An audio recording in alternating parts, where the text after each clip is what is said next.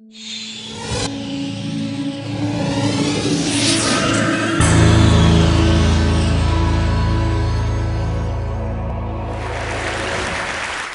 it's basically just right, left, yeah? I mean, we've been doing it for 2 million years, so it's kind of arrogant to assume that I've got something to say that hasn't been said and performed better a long time ago. But the cool thing about running, as I've discovered, is that something bizarre happens in this activity all the time. Case in point, a couple months ago, if you saw the New York City Marathon, I guarantee you saw something that no one has ever seen before. An Ethiopian woman named Daraartu Tulu turns up at the starting line. She's 37 years old. She hasn't won a marathon of any kind in 8 years. And a few months previously, she had almost died in childbirth. Daraartu Tulu was ready to hang it up and retire from the sport, but she decided she'd go for broke and try for one last big payday in the marquee event, the New York City Marathon. Except bad news for Daraartu Tulu, some other people had the same idea, including the Olympic gold medalist and Paula Radcliffe, who is a monster, the fastest woman marathoner in history by far. Only 10 minutes off the men's world record. Paula Radcliffe is essentially unbeatable. That's her competition. The gun goes off, and I mean, she's not even an underdog. She's like under the underdogs. But the underdog hangs tough. And 22 miles into a 26-mile race, there is Daraartu Tulu up there with the lead pack. Now, this is when something really bizarre happens. Paula Radcliffe, the one person who is sure to snatch the big paycheck out of Daraartu Tulu's underdog hands, suddenly grabs her leg and starts to fall back. So we all know what to do in this situation, right? You give her a quick crack in the teeth with your elbow, blaze for the finish line.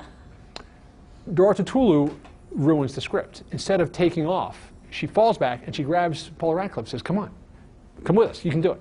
So Paula Radcliffe, unfortunately, does it. She catches up with the lead pack and is pushing toward the finish line. But then she falls back again. And the second time, Daraartu Tulu grabs her and tries to pull her. And Paula Radcliffe at that point says, I'm done, go.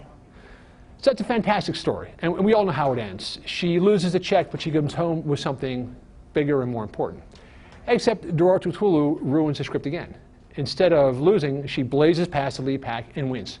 Wins the New York City Marathon, goes home with a big fat check. It's a heartwarming story, but if you drill a little bit deeper, you've got to sort of wonder about what exactly was going on there. When you have two outliers in one organism, it's not a coincidence. When you have someone who is more competitive and more compassionate than anybody else in the race, again, it's not a coincidence. You show me a creature with webbed feet and gills, somehow water's involved. Someone with that kind of heart, there's some kind of connection there.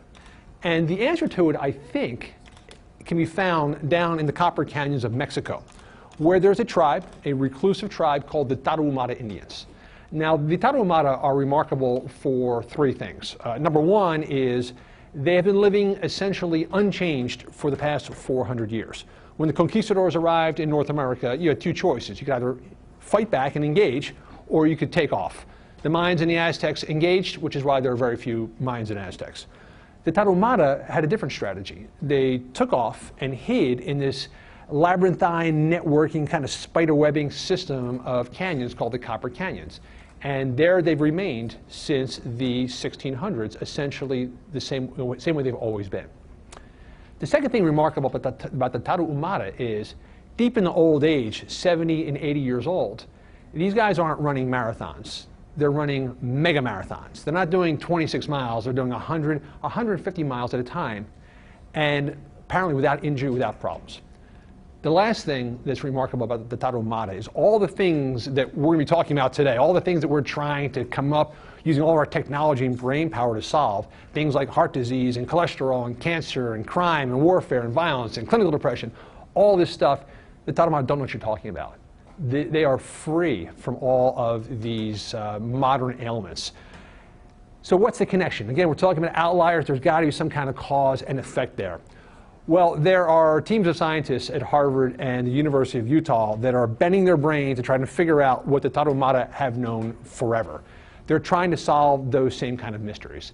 And once again, mystery wrapped inside of a mystery, perhaps the key to Daraartu Tulu and the Tarahumara is wrapped in three other mysteries, which go like this. Three things. If you have the answer, come up here and take the microphone, because nobody else knows the answer. And if you know it, then you are smarter than anybody else on planet Earth. Mystery number one is this. 2 million years ago, The human brain exploded in size. Australopithecus had a tiny little pea brain. Suddenly humans show up, Homo erectus, big old melon head. To have a brain of that size, you need to have a source of condensed caloric energy. In other words, early humans are eating dead animals, no argument, that's a fact. The only problem is the first edged weapons only appeared about 200,000 years ago. So somehow, for nearly 2 million years, we are killing animals without any weapons. Now, we're not using our strength because we are the biggest sissies in the jungle. Okay? Every other animal is stronger than we are. They have fangs, they have claws, they have nimbleness, they have speed. We think Usain Bolt is fast. Usain Bolt can get his ass kicked by a squirrel. Okay? We're not fast. That would be an Olympic event. Turn a squirrel loose. Whoever catches a squirrel, you get a gold medal. So no weapons, no speed, no strength, no fangs, no claws. How are we killing these animals? Mystery number one. Mystery number two. Women have been in the Olympics for quite some time now. But one thing is remarkable about all women sprinters. They all suck. They're terrible. There's not a fast woman on the planet, and there never has been. The fastest woman to ever run a mile did it in 4:15. I could throw a rock and hit a high school boy who can run faster in 4:15. For some reason, you guys are just really slow. But you get to the marathon we were just talking about. You guys have only been allowed to run the marathon for 20 years, because prior to the 1980s, medical science said that if a woman tried to run 26 miles, does anyone know what would happen if you tried to run 26 miles? Why you were banned from the marathon before the 1980s? Torn. What's that? Her uterus would be torn. Her uterus would be torn, yes. You would have torn reproductive organs. Uterus would fall out, literally fall out of the body. Now, I've been to a lot of marathons, and I've yet to see any... So it's only been 20 years that women have been allowed to run the marathon. And in that very short learning curve, you guys have been gone from, broken organs up to the fact that you're only 10 minutes off the male world record. Then you go beyond 26 miles into the distance that medical science also told us would be fatal to humans. Remember, Phidippides died when he ran 26 miles. You get to 50 and 100 miles, and suddenly it's a different game. You can take a runner like Ann Trayson or Nikki Kimball or Jen Shelton. You put them in a race of 50 to 100 miles against anybody in the world, and it's a coin toss who's going to win. I'll give you an example. A couple years ago, Emily Bear signed up for a race called the Hard Rock 100, which tells you all you need to know about the race. They give you 48 hours to finish this race. Well, Emily Bear, 500 runners, she finishes in 8th place in the top 10, even though she stopped at all the aid stations to breastfeed her baby during the race, and yet beat 492 other people. The last mystery. So why is it that women get stronger as distances get longer? Okay, the third mystery is this. At the University of Utah, they started tracking finishing times for people running the marathon. And what they found is that if you start running the marathon at age 19, you'll get progressively faster year by year until you reach your peak at age 27. And then after that, you succumb to the rigors of time, and you get slower and slower until eventually you're back to running the same speed you were at age 19. So about 7 years, 8 years to reach your peak, and then gradually you fall off your peak until you go back to the starting point. You would think it might take maybe 8 years to go back to the same speed, maybe 10 years. No, it's 45 years. 64-year-old men and women are running as fast as they were at age 19. Now, I defy you to come up with any other physical activity, and please don't say golf, something that actually is hard, where geriatrics are performing as well as they did as teenagers. So you have these three mysteries. Is there one kind of piece in the puzzle which might wrap all these things up? You got to be really careful anytime someone looks back in prehistory and tries to give you sort of global answer, because it being prehistory, you can say whatever the hell you want and get away with it. But I'll submit this to you. If you put one piece in the middle of this jigsaw puzzle, suddenly it all starts to form a coherent picture. If you're wondering why it is that the Tarahumara don't fight and don't die of heart disease, why a poor Ethiopian woman named Ratutulu can be the most compassionate and yet the most competitive, and why we somehow were able to find food without weapons, perhaps it's because humans, as much as we like to think of ourselves as masters of the universe, actually evolved as nothing more than a pack of hunting dogs. Maybe we evolved as a hunting pack animal. Because the one advantage we have in the wilderness, again, it's not our fangs and our claws and our speed. The only thing we do really, really well is sweat. We're really good at being sweaty and smelly. Better than any other mammal on Earth, we can sweat really well. But the advantage of that little bit of social discomfort is the fact that when it comes to running under hot heat for long distances, we're superb. We're the best on the planet. You take a horse on a hot day, and after about 5 or 6 miles, that horse has a choice. It's either going to breathe or it's going to cool off, but it ain't doing both. We can. So what if we evolved as hunting pack animals? What if the only natural advantage we had in the world was the fact that we could get together as a group, go out there on that African savanna, pick out an antelope, and go out as a pack and run that thing to death? That's all we could do. We could run really far on a hot day. Well, if that's true, a couple other things had to be true as well. The key to being part of a hunting pack is the word pack. If you go out by yourself and you try and chase an antelope, I guarantee you there's going to be 2 cadavers out there in the savannah. You need a pack to pull together. You need to have those 64, 65-year-olds who've been doing this for a long time to understand which antelope you're actually trying to catch. The herd explodes and it gathers back again. Those expert trackers have got to be part of the pack. They can't be 10 miles behind. You need to have the women and the adolescents there, because the 2 times in your life you most benefit from animal protein is when you are a nursing mother and a developing adolescent. It makes no sense to have the antelope over there dead and the people who want to eat it 50 miles away. They got to be part of the pack. You need to have those 27-year-old studs at the peak of their powers ready to drop the kill, and you need to have those teenagers there who are sort of learning the whole thing all involved. The pack stays together.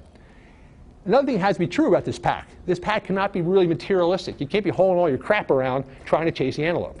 You can't be a pissed off pack. You can't be bearing grudges. Like, I ain't chasing that guy's antelope. He pissed me off last. Let him chase his own antelope.